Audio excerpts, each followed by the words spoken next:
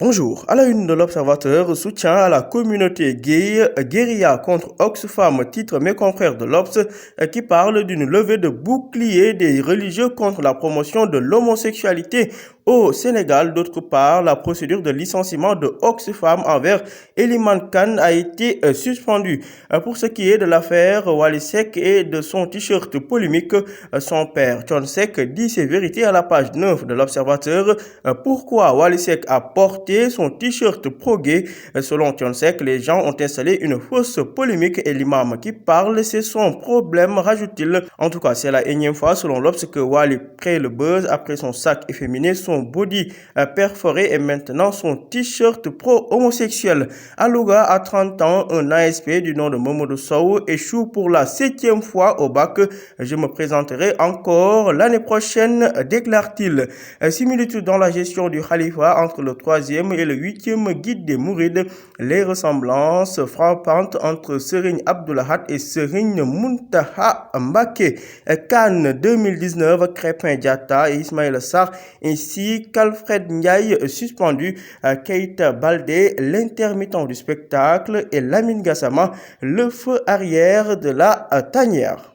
À la une du journal Enquête, promotion de l'homosexualité au Sénégal, Oxfam seul contre tous, lit-on à la une de Enquête qui précise que plusieurs organisations prennent le contre-pied d'Oxfam. La société civile s'est réunie hier, elle prévoit une réponse commune et une conférence de presse.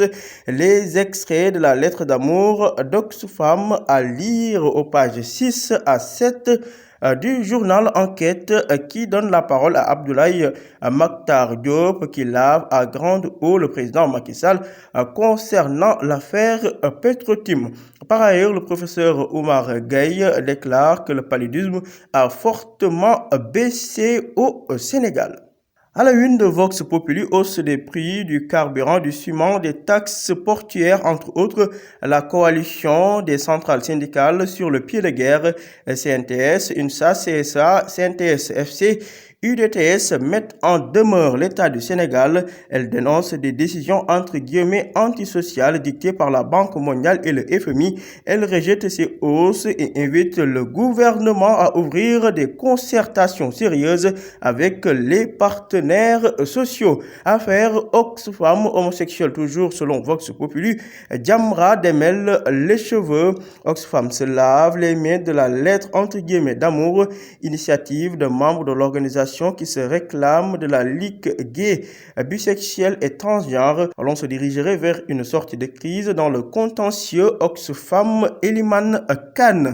Cheikh Seck, le vice-président de la Fédération sénégalaise de football, déclare à la une de Vox Populi: je pense qu'on a tous les atouts pour arriver au bout de cette Coupe d'Afrique.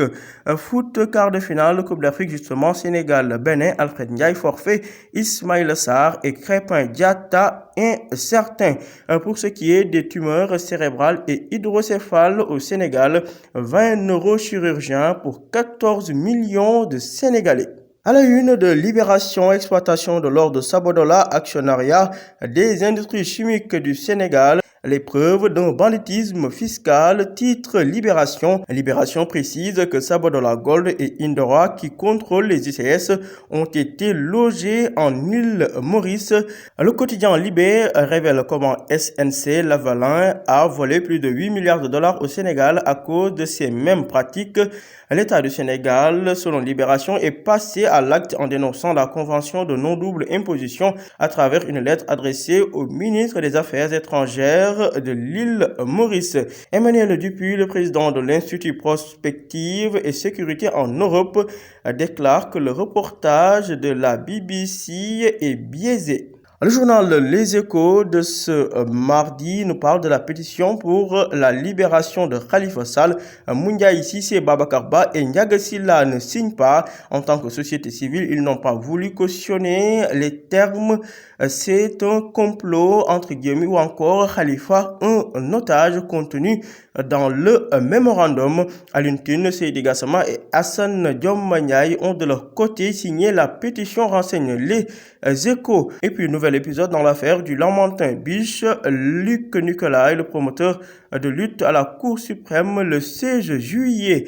En parlant de l'équipe nationale, encore absent hier à l'entraînement, Alfred Ndiaye out, Crépin Diatta et Ismaïla Sarr incertains, indisponibles encore une semaine voire 10 jours. Alfred Ndiaye va rater le quart et potentiellement la demi-finale. Ismaïla Sarr souffre d'une élongation qui nécessite quelques jours de repos.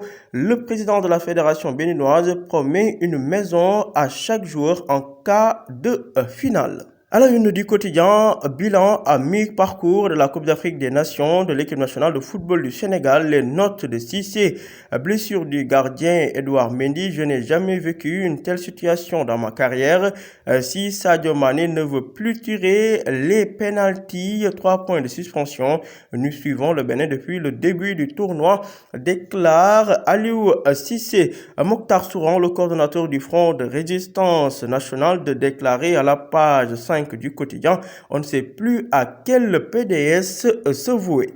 Terminons avec le quotidien Stade, quart de finale Sénégal-Bénin. Le président du Bénin, Patrice Talon, de déclarer à son équipe bouffer le 3e lion après les Lions indomptables du Cameroun, les Lions de l'Atlas du Maroc. Ça serait peut-être au tour des Lions du Sénégal. Toujours concernant cette affiche Sénégal-Bénin, axe central des Lions, Kalidou Koulibaly avec Kouyaté ou Sané s'interroge Stade.